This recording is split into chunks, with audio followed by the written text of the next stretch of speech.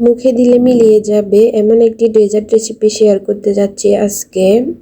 আপনার কিচেনে থাকা সামান্য কিছু উপকরণ দিয়ে এটি তৈরি করতে পারবেন।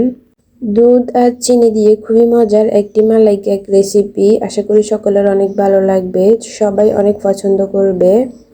খুবই সহজ একটি রেসিপি, নতুন রাঁধুনিরাও আমার এই রেসিপি ফলো করলে খুব সহজে তৈরি করে নিতে পারবেন পারফেক্টভাবে এই মালাই কেক রেসিপি।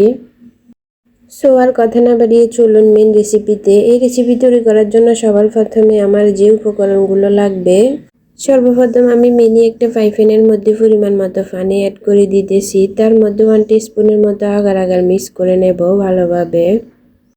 আগার আগারগুলো ভালোভাবে মিক্স করে এর মধ্যে দিয়ে দেব স্বাদ মতো চিনি। পরে লাগলে আমি চিনি আরও অ্যাড করব। তারপর এখানে আমি মিল্ক পাউডার অ্যাড করে দিতেছি। পাউডারগুলো দিয়ে ভালোভাবে গুলে নেব, এবার মিক্স করে নেব। তারপর এখানে আমি 5 টিস্পুনের মতো আটা ইউজ করতেছি, আপনারা চাইলে কর্নফ্লাওয়ারও অ্যাড করতে পারবেন। তারপর আমি দলাগুলো এবার ভালোভাবে মিশিয়ে নেব আটাগুলা, যাতে দলা ফেঁকে না থাকে। তারপর চুলার আঁচটা মিডিয়াম আঁচে রেখে এভাবে জাল দেব। তারপর একটা ডিমের কুসুম আমি অ্যাড করে ভালোভাবে মিক্স করে দিতেছি।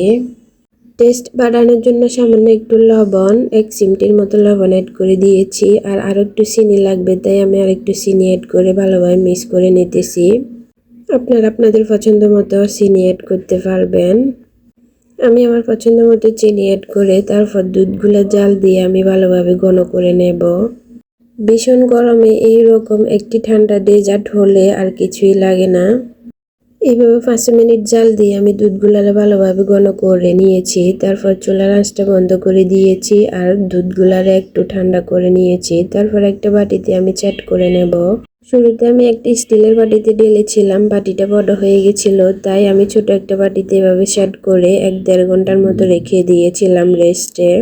এগুলো যখন জমে গেছে তারপর 1-1.5 ঘন্টা আমি ফ্রিজে রেখে ফ্রিজ থেকে নামিয়ে এভাবে ঠান্ডা ঠান্ডা পরিবেশন করেছি।